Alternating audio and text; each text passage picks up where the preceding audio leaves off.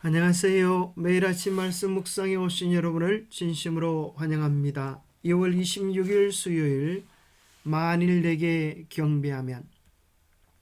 생각할 문제: 예수님이 경험한 세 가지 시험은 무엇인가? 가장 본질적인 시험은 무엇인가? 오늘 우리에게 주는 교훈은 무엇인가? 마태복음 4장에는 예수님께서 40일 금식 기도하신 다음에 사탄의 시험을 받는 장면이 나옵니다. 그 첫 번째의 시험은 이것이었습니다. 시험하는 자가 예수께 나와서 이르되 내가 만일 하나님의 아들이거든 명하여 이 돌들로 떡덩이가 되게 하라. 예수께서 대답하여 이르시되 기록되었으되 사람이 떡으로만 살 것이 아니요 하나님의 입으로부터 나오는 모든 말씀으로 살 것이라 하였느니라 하시니, 이에 마귀가 예수를 거룩한 성으로 데려다가 성전 꼭대기에 세우고 이르되 내가 만일 하나님의 아들이거든 뛰어내리라. 기록되었으되 그가 너를 위하여 그의 사자들을 명하시리니 그들이 손으로 너를 받들어 발이 돌에 부딪히지 않게 하리로다 하였느니라. 예수께서 이르시되 또 기록되었으되 주 너희 하나님을 시험하지 말라 하였느니라 하시니, 마귀가 또 그를 데리고 지극히 높은 산으로 가서 천하 만국과 그 영광을 보여 이르되 만일 내게 엎드려 경배하면 이 모든 것을 내게 주리라. 이에 예수께서 말씀하시되 사탄아 물러가라. 기록되었으되 주 너희 하나님께 경배하고 다만 그를 섬기라 하였느니라. 이에 마귀는 예수를 떠나고 제자들이 나와 수종더니라. 성령께서 예수님을 광야로 이끌어내신 것은 마귀에게 시험을 받게 하려는 분명한 목적 때문이었습니다. 이 직면전에 예수님은 40일 동안 금식하셨습니다. 마귀는 예수님의 극심한 배고픔을 이용해 돌을 빵으로 바꾸라고 유혹했습니다. 그러나 예수님은 모든 시험에 성경 말씀으로 맞섰고 사탄의 계략은 실패로 돌아갔습니다. 그러자 사단은 두 번째로 예수님으로 하여금 자신을 드러내고 주장하게 하려고 성전 꼭대기에서 뛰어내리라고 유혹했습니다. 사탄은 예수가 진정 하나님의 아들이라면 천사들이 보호할 것이라고 말하면서 성경을 또 왜곡시켰습니다. 그러나 성경을 바르게 하시는 예수님은 다시 그의 유혹에 맞서셨습니다. 세 번째 시험은 마귀가 무엇을 이루려고 시도하는지를 분명하게 보여줍니다. 그는 예수님이 그에게 경배하기를 요구했습니다. 사탄은 오직 하나님께서 받으셔야 할 경배를 자신이 찬탄하려고 했습니다. 내가 내게 엎드려 경배하면 천하 만국의 영광을 내게 주리라. 굳이 십자가를 지고 고난과 어려움을 당할 이유가 어디 있겠느냐고 예수님께 권했지만 예수님은 십자가의 길을 선택하시고 다만 하나님을 경배하라고 경고하셨습니다.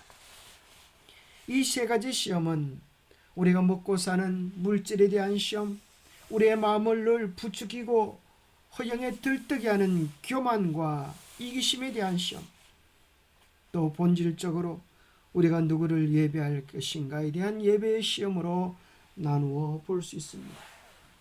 그 시험의 가장 본질적인 세 가지 시험을 관통하는 본질적인 문제는 무엇이었을까요?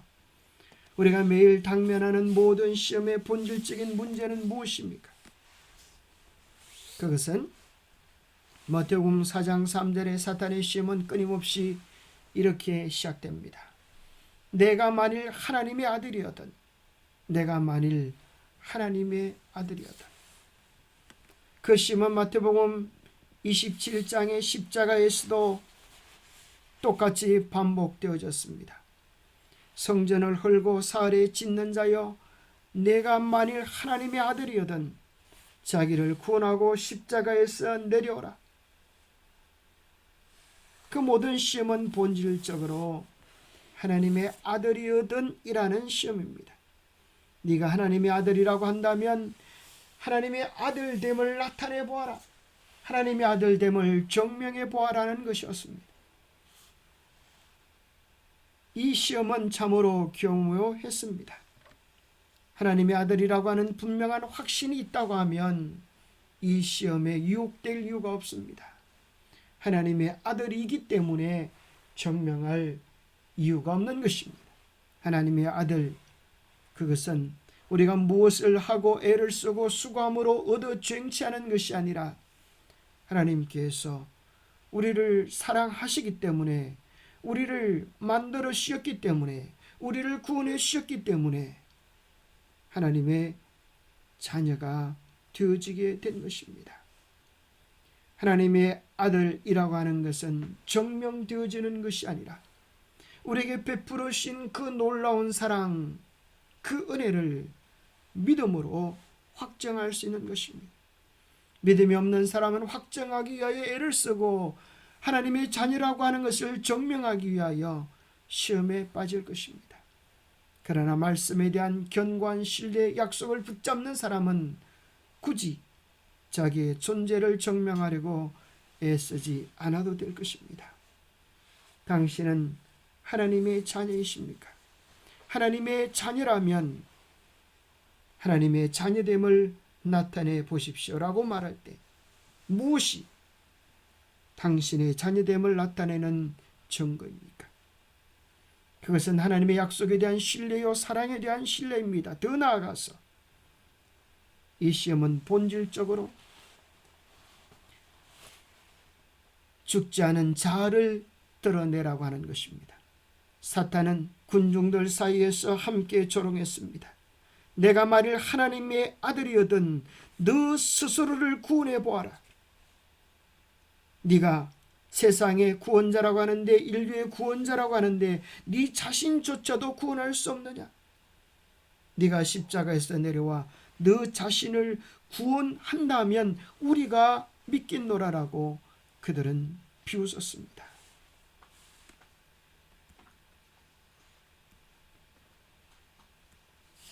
고통 속에서 죽어가시던 예수님께서는 제가 남은 구원하였으되 자기는 구원할 수 없도다. 제가 이스라엘의 왕이로다. 지금 십자가에서 내려올지어다. 그러면 믿겠노라고 외치는 제사장의 말을 다 들으셨습니다.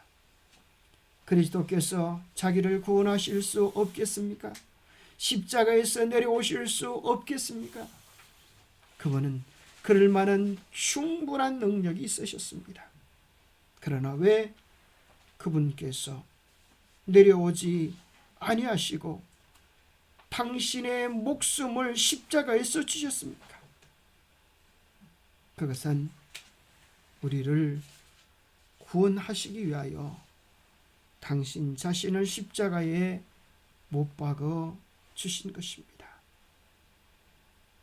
십자가는 우리에게 이야기합니다.